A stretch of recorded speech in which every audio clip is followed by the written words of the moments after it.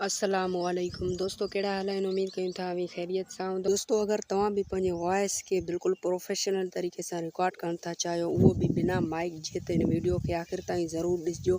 इन वीडियो में असां तव्हांखे पंहिंजे वॉइस के कीअं मतलब क्लियर करे सघंदो, काफ़ी हद तक तव्हांजो वॉइस जेको आहे बहितर थी वेंदो। जेको बैकग्राउंड वग़ैरह आहे मतलब शोर शराबो आहे उहो भी काफ़ी हद तक रिमूव थी वेंदो। त हलूं था मोबाइल जी स्क्रीन जे तरफ़, तव्हांखे हली बिल्कुल आसान तरीक़े सां सम्झायूं पिया। चैनल के सब्सक्राइब कयो, वीडियो के लाइक कयो। तो दोस्तों, इन एप्लीकेशन जो नालो आहे कैपकट। काफ़ी माण्हू इनखे यूज़ कंदा आहिनि ऐं काफ़ी मतलब बेस्ट ऐप आहे वीडियो एडिटिंग जे लाइ। तव्हांखे न्यू प्रोजेक्ट ते क्लिक करे पंहिंजो वीडियो सिलेक्ट करणो आहे। दोस्तों, पहिरियों जेको ऑप्शन आहे उहो तमामु कमाल जो ऑप्शन आहे। तव्हां हितां वॉइस पंहिंजो रिकॉर्ड करे सघो था अगर तव्हां वीडियो में वॉइस ओवर कोन कयो आहे तो दोस्तों तव्हांखे ऑडियो जो ऑप्शन नज़र अचे तो ऑडियो जो ऑप्शन ते क्लिक कर वॉइस जो ऑप्शन मिली वेंदो। हितां क्लिक करे तव्हां आसानी सां वॉइस रिकॉर्ड करे सघो था। तमामु बहितरीन तरीक़े सां वॉइस रिकॉर्ड कंदो।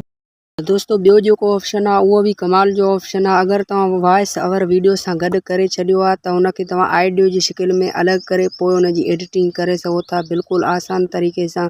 तव्हांजो जेको वॉइस आहे जेको मतलब तव्हां वीडियो में ॿुधायो आहे उहो ऑडियो जी शिकिल में अलॻि थी वेंदो। हिक ई क्लिक सां त तव्हांखे हिते हिकिड़ो ऑप्शन मिली वेंदो एक्स्ट्रा ऑडियो जो, उते तव्हांखे क्लिक करिणो आहे। जीअं ई तव्हां मतलब क्लिक कंदव त थोरो लोडिंग खां पोइ तव्हांजो जेको ऑडियो आहे उहो जेको मतलब वीडियो आहे उहो ऑडियो खां अलॻि थी वेंदो। त दोस्तों, लोडिंग वठण खां पोइ तव्हां ॾिसी सघो था जेको मतलब वीडियो में वॉइस ओवर थियल हो उहो ऑडियो जी शिकिल में अलॻि थी वियो आहे। तव्हांखे नज़र अची रहियो आहे त हितां हाणे असां हिनजी एडिटिंग कंदासीं। मतलब हीअ असांजो वॉइस आहे जेका वीडियो खां अलॻि थी असांजे साम्हूं आहे।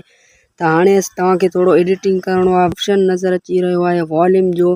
वॉल्यूम जे ऑप्शन ते तव्हांखे क्लिक करे हिन जो वॉल्यूम वधाइणो आहे। त दोस्तों, वॉल्यूम वधाइण जो इहो फ़ाइदो आहे अगर तव्हांजो मतलब आवाज़ सही नमूने वीडियो में ॿुधण में नथो अचे त ही तव्हां फुल कजो त काफ़ी हद तक तव्हांजो जेको आवाज़ आहे उहो वधी वेंदो ऐं चङी तरह ॿुधण में ईंदो। त दोस्तों, ॿियो जेको ऑप्शन आहे उहो भी वॉल्यूम जे हवाले सां उनखे काफ़ी हद तक वधाए सघे थो ऐं तव्हांजो आवाज़ बिल्कुल प्रोफेशनल तरीक़े सां ॿुधण में ईंदो। त हीअ ऑप्शन तव्हांखे ऑन करिणो आहे। हिते तव्हांखे क्लिक करिणो आहे इनहैंस वॉइस।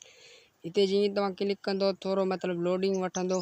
दोस्तों, थोरो लोडिंग वठण खां पोइ तव्हांजे साम्हूं हीअ ऑप्शन ऑन थी वेंदो ऐं तव्हांखे हिते ऑन करे पोइ यस ते क्लिक करे छॾिणो आहे। त हीअ फीचर मतलब तव्हांजे वॉइस में एड थी वेंदो ऐं उनखां पोइ जेको आख़िरी फीचर आहे उहो भी कमाल जो आहे ऐं उहो भी तव्हांखे अॻिते हली ॿुधायूं पिया। वीडियो खे लाइक ज़रूर कयो ताकि अहिड़ा वीडियो बार बार तव्हां वटि पहुची सघनि।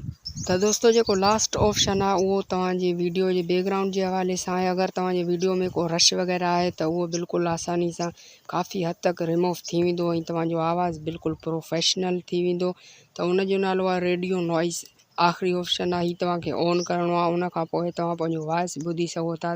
काफ़ी फर्स्ट क्लास थी वेंदो। त असांजे चैनल खे ज़रूर सब्सक्राइब कयो, वीडियो खे लाइक कयो। मिलूं था कि नेक्स्ट वीडियो में। दुआऊं में यादि रखिजो। अल्लाह हाफ़िज़।